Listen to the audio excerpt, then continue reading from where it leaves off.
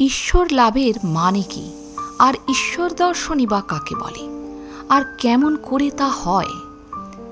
ঠাকুর রামকৃষ্ণদেব বললেন, বৈষ্ণবরা বলে যে ঈশ্বরের পথে যারা যাচ্ছে আর যারা তাকে লাভ করেছে তাদের থাক থাক আছে। প্রবর্তক, সাধক, সিদ্ধ আর সিদ্ধের সিদ্ধ। যিনি সবে পথে উঠছেন তাকে প্রবর্তক বলে। যে সাধন ভোজন করছে, পূজা, জপ, ধ্যান, নাম, গুণকীর্তন করছে, সে ব্যক্তি সাধক। যে ব্যক্তি ঈশ্বর আছেন বোধ করেছে তাকেই সিদ্ধ বলে। যেমন বেদান্তের উপমা আছে। অন্ধকার ঘর, বাবু শুয়ে আছে। বাবুকে একজন হাতড়ে হাতড়ে খুঁজছে। একটা কৌচে হাত দিয়ে বলছে এ নয়, জানলায় হাত দিয়ে বলছে এ নয়, দরজায় হাত দিয়ে বলছে এ নয়। নেতি নেতি নেতি, শেষে বাবুর গায়ে হাত পড়েছে। তখন বলছে ইহো এই বাবু, অর্থাৎ অস্তিবোধ হয়েছে। বাবুকে লাভ হয়েছে, কিন্তু বিশেষ রূপে জানা হয় নাই। আর এক থাক আছে, তাকে বলে সিদ্ধের সিদ্ধ। বাবুর সঙ্গে যদি বিশেষ আলাপ হয় তাহলে আর এক রকম অবস্থা।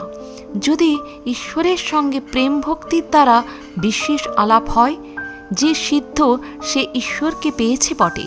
যিনি সিদ্ধের সিদ্ধ তিনি ঈশ্বরের সঙ্গে বিশেষ রূপে আলাপ করেছেন, কিন্তু তাকে লাভ করতে হলে একটা ভাব আশ্রয় করতে হয়।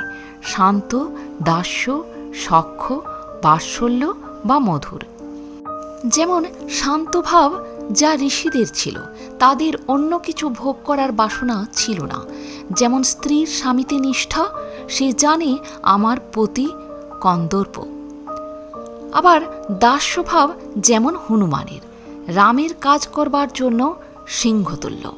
স্ত্রীরও দাস্যভাব থাকে, স্বামীকে প্রাণ প্রাণে সেবা করা। মার কিছু কিছু থাকে, যশোদারও ছিল।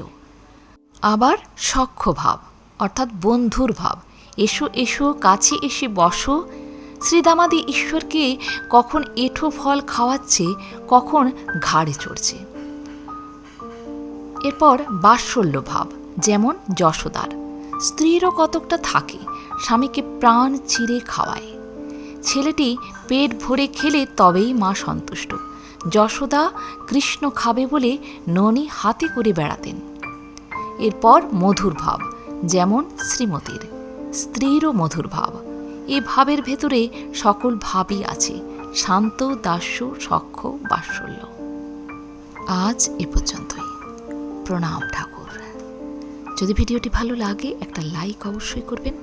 আর আপনি যদি নতুন এসে থাকেন আমার চ্যানেলটিকে সাবস্ক্রাইব করে বেল আইকনটি প্রেস করতে ভুলবেন না। সবার আগে বেলা 3টেই পৌঁছে যাবে আমার ভিডিওগুলি আপনার কাছে প্রতিদিন।